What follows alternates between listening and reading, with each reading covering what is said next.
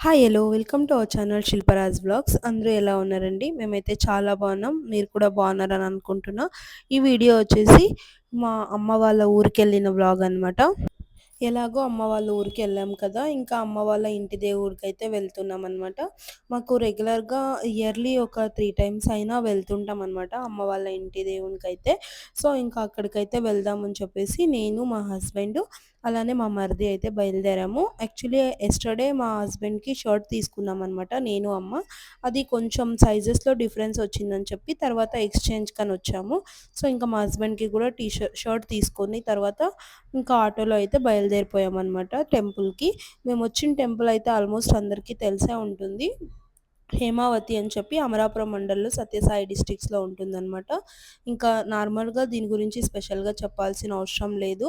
Because ఇక్కడ శివుడు మానవ రూపంలో ఉంటాడనమాట. సో, మన ఇండియాలో ఏకైక మానవ రూపంలో ఉన్న టెంపుల్ అంటే ఇది హేమావతిలో ఉన్న శివుని టెంపుల్ అనమాట. ఇంకా ఇక్కడికైతే వచ్చేసాము. సో, దర్శనానికని చెప్పి వెళ్తున్నాం. మా మరిది ఫస్ట్ టైమ్ అనమాట రావడం. సో, మా మరిదికి మా హస్బెండ్ అంతా ఎక్స్‌ప్లెయిన్ చేస్తున్నారనమాట టెంపుల్ గురించి చూపిస్తూ. ఇక్కడ కార్తీక మాసము, శ్రావణ మాసము కొంచెం చాలా స్పెషల్‌గా పూజలైతే జరుగుతూ ఉంటాయన్నమాట. సో, ఇంకా రాగానే బయట పసుపు, కుంకుమ అయితే పెట్టుకున్నాము. మామూలుగా అయితే స్వామి వారం వచ్చేసి సండే అనమాట. మేము వెళ్ళిన రోజైతే రష్ అస్సలు లేదు. చాలా బాగా దర్శనం జరిగింది. చాలా ఫ్రంట్ వరకు వెళ్ళి స్వామినైతే దర్శనం చేసుకున్నామనమాట. ఈ స్వామివారి దర్శనం అయితే జరిగింది. అలానే మాతో పాటు మీకు కూడా మంచి జరగాలని కోరుకుంటున్నా. ఇంకా వాళ్ళు కొబ్బరికాయ బయటే కొట్టమని చెప్పారు. సో, ఇంక బయట కొబ్బరికాయ కొట్టేసి హారతయితే ఇస్తున్నారనమాట. నార్మల్‌గా అయితే ఈ స్వామికి స్పెషల్‌గా ఇక్కడ వాళ్ళు ప్రసాదంగా చదివిపిచ్చుకునేది చక్కెర అలానే పప్పులైతే చదివించుకుంటారనమాట. సో, నేను కూడా అది ఇచ్చేసి పూజ చేపిచ్చుకున్న తర్వాత అక్కడ వాళ్ళకి కొంతమందికి పంచుతామనమాట. ఇంకిక్కడొచ్చేసి నాగులుంటారు. సో, నాగులకి గూడా పూజ చే జస్ట్ అలా మొక్కుకొని వచ్చేసాము. ఆ రోజే మా తర్వాత ఇంకా మా నియోజకవర్గానికి సంబంధించిన ఎమ్మెల్యే వాళ్ళ వైఫ్ అయితే వస్తున్నారని చెప్పేసి, ఇంకా ఆ రోజు వాళ్ళు కూడా వచ్చారనమాట. సో, మేము తొందరగా పూజ చేసుకొని పక్కకైతే వచ్చేసాము. ఇంక ఇక్కడికైతే వచ్చేసాము. ఇక్కడ స్వామికి సంబంధించిన ఒక బావి అయితే ఉన్నిందనమాట. ఫుల్‌గా వాటర్ అయితే ఉన్నిన్నాయి. సో, మేము కిందికేం దిగలేదు బావి లోపలికి. ఇంకా అక్కడ చూసేసుకొని తర్వాతయితే ఇక్కడ దొడ్డేశ్వర టెంపుల్ అని చెప్పేసి స్వామి ఎంజేరప్ప టెంపుల్‌కి వెనకాలే ఉంటుంది. ఇంక ఇక్కడికైతే వచ్చేసాము. రీసెంట్‌గా ఈ టెంపుల్‌కి హీరో 'మనోజ్' గారు అలానే వారి వైఫ్‌తో కలిసైతే వచ్చారనమాట. ఇక్కడ పైన వీడియో అయితే ప్లే చేస్తాను చూడొచ్చు మీరు. ఇంకా ఇక్కడ గూడా దర్శనం చేసుకొని పక్కనే ఇంకొక టెంపుల్ ఉన్నిందనమాట. ఇది శివుని లింగం ఉన్నింది. అక్కడికి కూడా వెళ్లి దర్శనం చేసుకొని ఇంక ఈ సైడ్ అయితే పార్క్ చూసుకుంటూ ఎగ్జిట్ అయితే అవుతున్నాము. మేము ఇక్కడ మా మరిదికి చెప్తున్నాననమాట. ఇక్కడ ఈ మంటపం ఉంది గదా! ఇక్కడ మేము చిన్నప్పుడంతా నాన్నమ్మలతో కలిసి మళ్ళా ఫ్యామిలీ పెదనాన్న, చిన్నమ్మ అందరితో కలిసి ఇక్కడికొచ్చి ఎడ్ల బండి మీద వచ్చేవాళ్ళమనమాట. ఇంకా ఓలిగలు అవన్నీ చేసుకొని ఇక్కడ ప్రసాదం ఇచ్చేసి మేము కూడా తినేసి అందరికీ భోజనాలు పెట్టేసి వెళ్ళేవాళ్ళమనమాట. ఎప్పటికైనా ఓల్డ్ డేసే బావుంటాయనిపిస్తుంది. ఇంకా అవైతే తర్వాత మా నాన్నమ్మ చనిపోయిన తర్వాతయితే ఇంకా ఎడ్ల బండి మీద రావడం అయితే మానేసాము. ఎవరికి వాళ్ళు ఇండివిడ్యువల్‌గా బండ్లలో వచ్చి రావడము, పూజ చేపించుకోవడం, వెళ్ళిపోవడము. ఇంకిక్కడ టెంపుల్ చుట్టూ గ్రీనరీ అయితే చాలా బావుంటుంది. మొత్తం పార్క్‌లాగా చాలా బాగుంటుందనమాట గ్రీనరీ. ఇంకా సో, మా మరిది ఎక్కడికెళ్ళినా ఫోటోస్ అయితే తీపిచ్చుకోడు. సో, అందుకోసం మా మరిదికి ఫోటోలయితే తీస్తున్నాం కొన్ని. ఇంకా మా హస్బెండ్ వెనకాల నుంచి నవ్విస్తున్నాడనమాట. "మొఖం ఇలా పెట్టుకుంటావెప్పుడు? కొంచెం నవ్వొచ్చు కదా!" అని చెప్పి మా మరిదిని నవ్విస్తున్నాడు. ఇంకా నేను పెద్ద ఫోటోగ్రాఫర్‌ని అయిపోయినాననమాట ఇక్కడ. ఇంకొకొకటే ఫోటోస్ తీస్తున్నా. ఇంకా గ్రీనరీ చాలు ఇంకా వేరే టెంపుల్‌లోకి వెళ్ళి చేద్దామని చెప్పేసి వెళ్ళాము. ఇంకా ఈ టెంపుల్ వచ్చేసి మల్లేశ్వర టెంపుల్ అని చెప్పి ఇంక అక్కడే ఉంటుంది. ఇది పూ కొంచెం ఆల్రెడీ శిథిలమైపోయింది. వెనకాల పడిపోయిందనమాట టెంపులు. ఫ్రంట్ అయితే ఇలా ఉంది. చాలా బావుంటుంది. ఇంకా అక్కడ మా మరిదికి షర్ట్ చేంజ్ చేపిచ్చేసి ఇంక ఇంకా కొన్ని ఫోటోస్ అయితే తీసుకున్నాము. ఇంకా అక్కడే మొక్కుకొని ఇంకొచ్చేసాము. మేమొచ్చేసరికి కరెక్ట్‌గా బస్ కూడా రెడీగున్నిందనమాట. ఇంక ఇక్కడ నుంచి మనకి బస్సు ట్రాన్స్‌పోర్టే కొంచెం కష్టము. కాకపోతే ఇంకా బస్ దొరికేసరికి హ్యాపీగా అనిపించింది. ఫస్ట్ అయితే బస్ ఎక్కేసి ఇంక ఇంటికి వచ్చేసాము. మేము వచ్చేసరికి అమ్మ అయితే పూర్ణం అంతా రెడీ చేసి పెట్టునిందనమాట.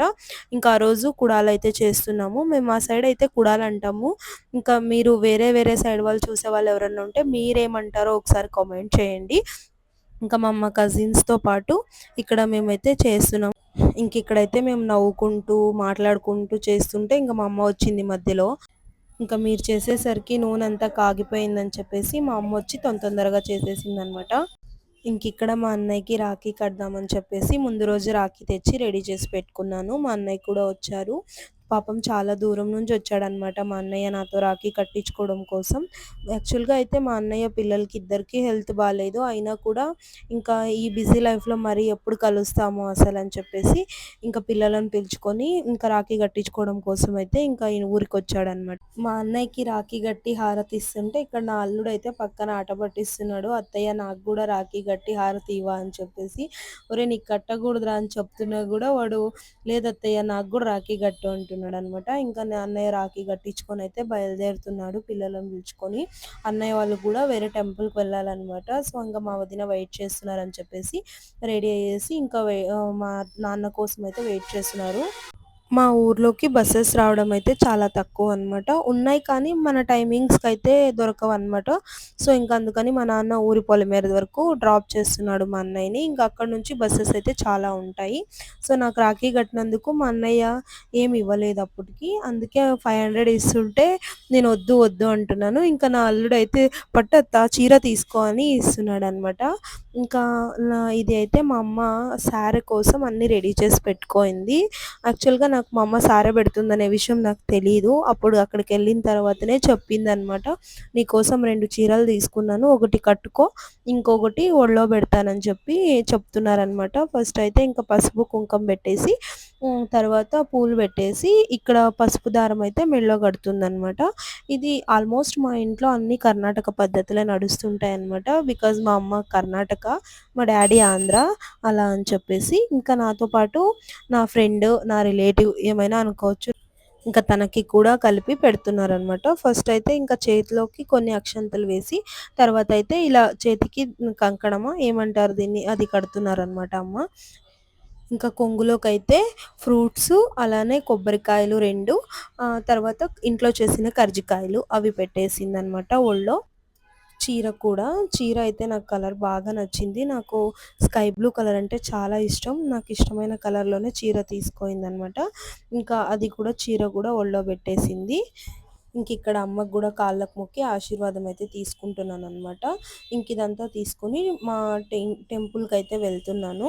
మేము బయట ఎక్కడ వెళ్ళామనమాట టెంపుల్‌కి. ఇంకా మా టెంపుల్ అయితే ఉంది. సో అక్కడికే వెళ్తున్నాము.